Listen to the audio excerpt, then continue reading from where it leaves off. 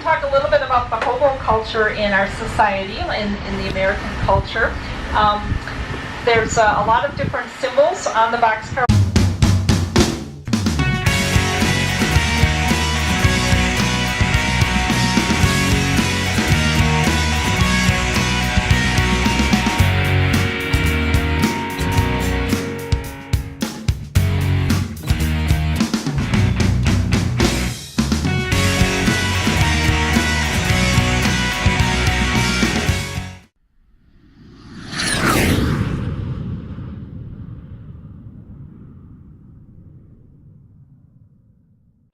That means we're going to be moving, so hopefully you've got the best seat in the house here. Didn't have to fight too much for seats today.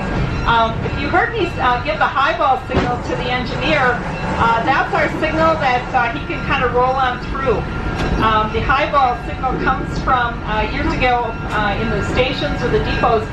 There was a ball high on a pole at each of the depots, and if the ball was high, that meant that the locomotive and the train could kind of roll on through. If the ball was low on the pole, that meant you better slow down or stop. There was something at that depot that they needed to pick up or take care of. So when we say highball, that means they're ready to roll on through. So we're going to take 2 laps around the 33-acre campus of the museum. We opened in 1956 on this location. It actually originally was Cook Park, City Park for Green Bay, and we started with 1 locomotive. At the present time, we have 71 pieces of rolling stock, and rolling stock is anything that can kind of roll on the rails, so locomotives, cars, computers, etc. So we have 71 pieces in our collection, but in our overall collection of documents and photos and artifacts, we have over 100,000 pieces. We'd love to get them all out, but we don't have the space, so we get a little bit out at a time. So as we come around this first row of rolling stock collection, I want to point out this first one here, kind of the odd-looking fella, the rust brown with the wings on the side. That's actually called a Jason spreader, and that was a utility car. It helped to spread ballast or rock between the rails. It helped to clear brush, and also in some cases helped to clear snow. So that was more of a utility rolling stock piece.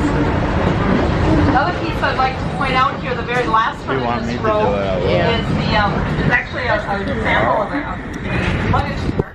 baggage car. And the railroads like to put the baggage cars directly behind the locomotive, because when you're traveling behind the locomotive, it's really long, very, very loud.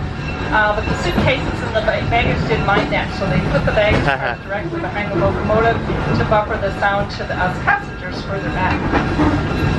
As we come around the back of the museum here, you'll see our main exhibit hall, which has our name on the back. That is our Lenfesty Center, which houses our premier rolling stock pieces of the collection. And then we also have an open-air pavilion, which is the McCormick Pavilion, built in the early 70s. Behind me, you'll see an observation tower, which is part of the museum property. There's really nice views up and down the Fox River. If you want to take the 99 steps up, beautiful views. But make sure if you do take the 99 steps up that you promise me you'll take 99 down and not one big step down. We're really fortunate to have now I kind of want to go up there. We have some nice views. And we also share the museum grounds with a lot of wildlife and waterfowl because we are along the river. So we're coming around the back of the open-air McCormick Pavilion, which has some of our oldest pieces in the collection. Our oldest locomotive is over 100 years old, and it's in the back there. I'll talk a little bit more about the McCormick Pavilion on our second round here. We're going to be entering kind of a wooded area. We're going to be crossing a creek on a bridge here. So it's a little narrow and crickety, but really some nice views of the river, up and down the river. Dutchman's Creek is part of the property here. The gray slanted roof building that is next to our open-air McCormick Pavilion here, kind of behind the rolling stock, is our restoration shop. We have 2 full-time maintenance and restoration specialists, very talented people, but we also have a really great crew of about 5 or 6 volunteers that help us several days every week to help maintain and restore our pieces. start going over the bridge here, we're crossing what's called Dutchman's Creek, which flows right into the Fox River. You'll see some really nice views. And hopefully you'll see a little bit of the waterfowl that shares the grounds and waterways with us. The main highway bridge that you see as we're crossing is Highway 172. That's one of the major highway and bridge crossings of the Fox River in the Green Bay area. Okay, as we get into this next area, you're going to see some activity.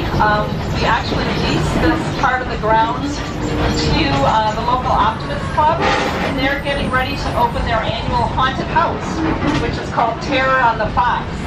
And folks coming into the haunted house actually get a train ride as they come in, and we drop them off, and they start their journey through horror. Not with me. They'll be starting in just a couple weeks, so they're finalizing all their planning and their structures here for that. So this takes place about a month and a half every year. This is maybe one of their last years on the property. So a lot of building and restoration around the museum. There's a lot of riverfront areas that are really building up for tourism destinations. There's a new Marriott hotel that will be opening up soon. I'm sure they would have wanted to open doors before football season. I don't think they're quite ready. The engineer will be sounding a horn as we come around this bend, so it gets very loud. Might hurt little ears, so you might want to be aware of that because we are coming up against Terror on the Fox. So all the structures you see here are part of that Terror on the Fox. 20th anniversary Wisconsin Halloween tradition. It's a haunted mansion with vehicles. The engineer does have to sound the horn because there is a vehicle crossing for vehicles coming in and out of the Terror on the Fox. So that is for safety precautions. If you see the two gray passenger cars here, they are part of the Terror on the Fox structures.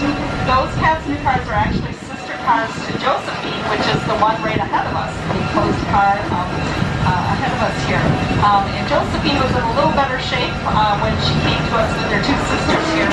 So she got fully restored, and she's part of our passenger train rides on a daily basis.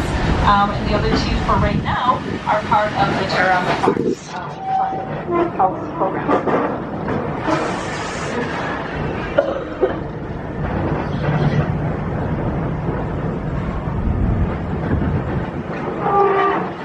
We will be stopping at the red box car up ahead here, where we're going to talk a little bit about the hobo culture and society.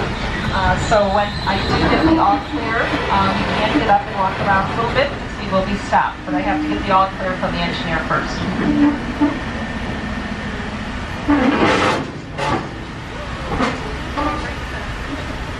Alright, so let's stop and talk a little bit about the hobo culture in our society, in the American culture.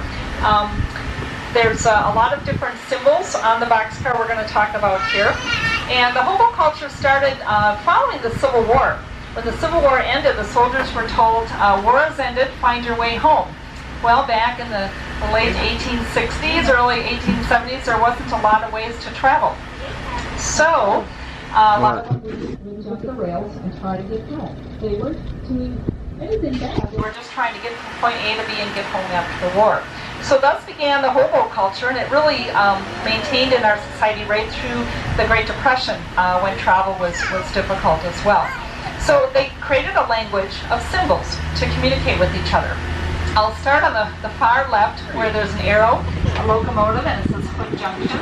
Anything with an arrow, the hobos were telling each other that there's something ahead on the tracks. And in this case, Hood Junction is the name of our Discovery Depot. And that's telling the hobos in the area that the Hood Junction Depot is straight ahead. A lot of the hobos that were infamous and rode the rails frequently would create their own signature. So Bozo the Clown there was an infamous hobo in its time. And also Boxcar Betty. She signed our car as well. They were both infamous hobos during that period. The next symbol, the rectangle with a dot in it, actually meant danger of some kind. The squiggly line underneath here meant there was dangerous water ahead. So in this case, you know, because we have the creek up ahead, they might have been telling the hobos that kind of watch out for some water hazards ahead while you're on the rails. The next one looks like a tic-tac-toe game, but in fact it's a symbol for a jail cell window. And that was telling the hobos, you might not want to spend too much time in this particular community because they easily jailed the hobos for riding the rails legally. And then the next one, the inverted Y, also was an unfriendly symbol. It meant that the community where this particular symbol wasn't very friendly to hobos. The LL that you see here under the ladder is actually our very own personal hobo, Lucky Larry, who is one of our restorations volunteers who helped to work on this car. There's two other symbols, one at the very far end that you'll see when we pass, and one on this end that you'll want to look at when we come around again. They are a kitty cat, and a kitty cat was a really positive symbol for the hobos to see. That meant that there was somebody friendly in that community that might provide a nice meal or even a place to stay. On the back of the boxcar, there's a symbol of a bird, which meant that there was some type of free communication in that particular community that a hobo could make use of. So there's a lot more symbols that were created. That was kind of the early language for the hobos to communicate to each other as they were riding the rails. So we're going to go around one more time so you can take a look at it. And now I'll need to ask you to kind of take your seats and until you're all seated. I can't give the engineer the heads up. So thank you very much.